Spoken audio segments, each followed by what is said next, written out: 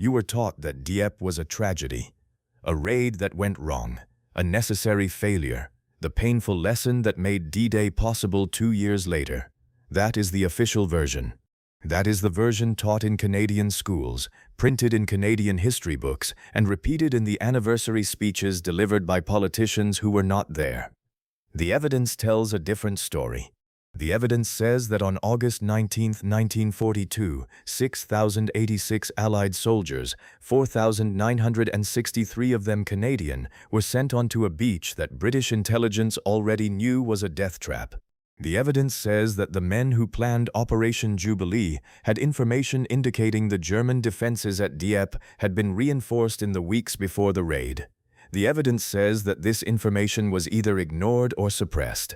The evidence says that 3,367 Canadians were killed, wounded, or captured in under 9 hours. 56% casualties. In 9 hours. Let that number sit. Not in the abstract, in the specific. Of every 100 Canadian boys who climbed into those landing craft in the dark, 56 did not come back whole. Some came back in pieces, some came back in boxes, some did not come back at all. The pebble beach at Dieppe, not sand, pebble, a surface that jammed tank treads and broke running ankles, absorbed more Canadian blood per square meter than almost any engagement of the entire war. And the question that the official version never adequately answers is this: who sent them there? And what did they know before they sent them? Let's look at the facts. Operation Jubilee was a large-scale amphibious raid on the German-occupied port of Dieppe on the northern coast of France.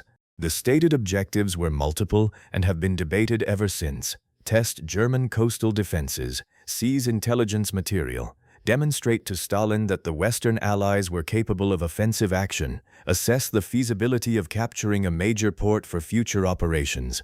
Every one of these objectives had a logical problem, and the men who planned this operation were not stupid. They saw the problems. The records show they saw them. The terrain at Dieppe was catastrophic for an amphibious assault. The beach was overlooked on both flanks by headlands that provided German defenders with enfilading fire, the ability to shoot along the length of the beach rather than merely at it.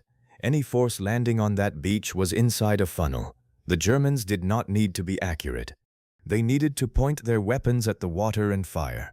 The pebble surface was not a minor inconvenience. Military planners knew that the Churchill tanks assigned to support the infantry could not maneuver on loose shingle. The tank tracks would slip, the vehicles would be immobilized. They would be stationary targets on an exposed beach while German guns fired down from the headlands. This was known before the operation launched. The element of surprise, the one factor that might have compensated for the terrain problems, was compromised before the force reached the shore. A convoy carrying German E-boats encountered part of the landing flotilla in the channel in the early hours of August 19th. Firing was exchanged. The noise carried. German coastal defenses were alerted before the first landing craft touched the beach. The landing craft touched the beach anyway. Why? Follow the logic. If the element of surprise is gone, if German defenders are awake and at their weapons when the landing craft drop their ramps, the entire tactical premise of the operation has collapsed. The rational military decision at that point is to abort, turn around. Accept that this day is not the day, and preserve 5,000 men to fight another time.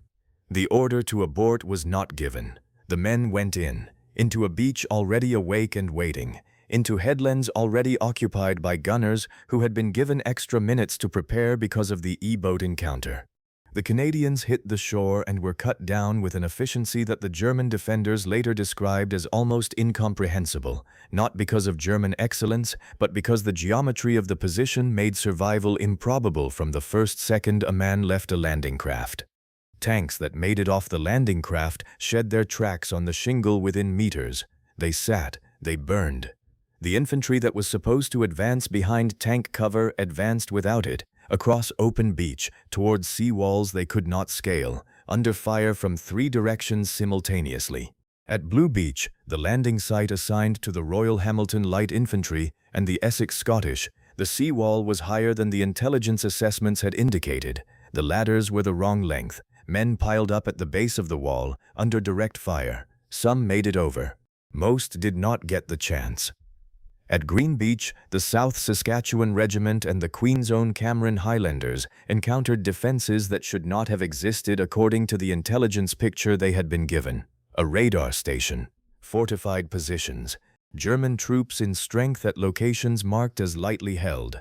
The intelligence was wrong, or the intelligence was right and someone chose not to update the operational plan. The records do not definitively answer which. That is itself significant. When an operation of this scale fails with casualties of this magnitude, the investigation that follows should be exhaustive. The Dieppe investigation was not exhaustive. It was managed. The findings were classified. The men who made the decisions that sent 5,000 Canadians onto that beach were not held accountable in any meaningful public way. Picture the beach at 05:30 hours, the landing craft grinding onto pebble in the pre-dawn dark, ramps dropping, men running into water and then onto shingle that shifts and rolls under every step, turning a sprint into a stumble. The noise of German machine guns opening simultaneously from the headlands, not one gun, not a dozen, the concentrated fire of a prepared defensive position that had been given time to wake up and aim. Men falling in the water, men falling on the beach, men reaching the seawall and pressing against it because there was nowhere else to go, and the seawall offering 2 inches of cover from fire coming from the side but none from fire coming from above. The tanks, hear them. The Churchill's engine, enormous and diesel loud, grinding forward off the ramp and onto the shingle. The tracks finding no purchase, the vehicle sliding, the driver fighting it, the tank stopping. Not from enemy fire, not yet, simply stopping because the physics of metal tracks on loose stone does not produce forward motion. It produces immobility, and immobility on an exposed beach in front of German guns produces one outcome. The smell of burning diesel and burning flesh mixed together on a beach in northern France at 6 in the morning. Boys from Ontario and Quebec and Manitoba dying in water that was cold enough to numb the wounds before the wounds could be processed as wounds. This is what happened. This is what the decision-makers in London sent them into. Now follow the accountability. The operation was planned primarily by British Combined Operations, headed by Lord Louis Mountbatten. Mountbatten was connected. Politically, socially, institutionally connected in ways that insulated him from the consequences that would have fallen on a lesser man for a failure of this scale. The post-operation assessment attributed the failure to bad luck, to the E-boat encounter, to the inherent difficulty of amphibious operations, to the fog of war. These factors were real. They were also insufficient as explanations for casualties of this magnitude. Bad luck does not account for terrain problems that were identified before the operation launched. The fog of war does not account for the decision not to abort when surprise was lost. The records show that a previous version of the operation, codenamed Operation Rudder, had been cancelled in July 1942 after security was potentially compromised. The decision to remount the operation as Jubilee, using the same basic plan against the same target, was made in the full knowledge that German intelligence may have been aware of the original operation, may have known that Dieppe was a target. This is documented. This is not speculation. The question of whether the Germans had specific advance warning of Operation Jubilee, derived from their knowledge of the cancelled Operation Rudder, has been examined by historians for decades. The evidence is not conclusive, but the evidence is sufficient to make the question serious, and a serious question about whether 5,000 men were sent into a position the enemy was specifically expecting demands a serious answer. The serious answer was never provided. The classified records were not fully released for decades. Some remain restricted. The men responsible retired with their honors intact. The official version, necessary sacrifice, painful lesson, foundation for D-Day, calcified into received history because received history is easier to maintain than accountability. Consider the lesson argument. The argument that Dieppe, for all its cost, taught the Allied planners what they needed to know to make D-Day successful. The logic does not hold up. The lessons attributed to Dieppe: don't attack a defended port, ensure air superiority, use specialized armored vehicles for beach obstacles, maintain the element of surprise, were not lessons that required 3,367 Canadian casualties to learn. They were lessons that military professionals should have understood from first principles, or from studying previous amphibious operations. The disastrous Allied landings at Gallipoli in 1915 had demonstrated most of them 27 years earlier. The lesson argument is a retroactive justification. It takes the outcome, D-Day succeeded, and works backward to assign causal credit to Dieppe. This is not historical analysis, it is narrative management. It gives the deaths a purpose they may not have had in the minds of the men who ordered the operation. The men who died at Dieppe did not die so that D-Day could happen. They died because they were sent onto a beach that the planners should not have sent them onto, under conditions that made the operation's failure nearly inevitable, without adequate provision for abort when the critical precondition of surprise was lost. That is what the evidence shows. Not heroism in service of a larger plan, not a calculated sacrifice for a necessary lesson. Men sent to die on a beach in France because the institutional momentum of the operation, the political pressure to show Stalin that the Western Allies were doing something, and the professional reputations of the men who had planned it overcame the military logic that said, "Do not do this today." The survivors came home, some of them. The prisoners, 1,946 Canadians taken captive at Dieppe, spent the rest of the war in German prisoner of war camps. Some survived, some did not.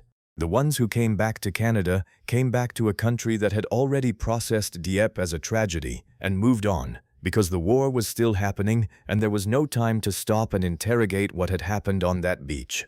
The interrogation never fully happened afterward either. The classified documents were released piecemeal over decades. Each release produced a temporary flare of historical attention and then subsided. The question of what the planners knew, when they knew it, and why the operation proceeded anyway, has been examined by serious historians, John Campbell, Brian Loring Villa, David O'Keefe, and the picture that emerges is not comfortable for the official version. It is a picture of institutional failure dressed as military necessity, of political calculation dressed as tactical planning, of accountability deferred until the men who should have faced it were dead or retired or both. The beach at Dieppe is a tourist destination now. The pebbles are still there. The headlands are still there.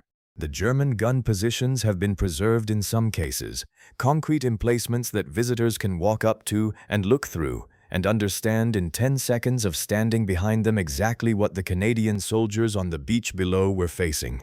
10 seconds of standing behind a German gun position at Dieppe is enough to understand that the men who sent 5,000 soldiers onto that beach had either not done this simple calculation or had done it and sent them anyway. Either answer is damning. The names are on the memorial at Dieppe.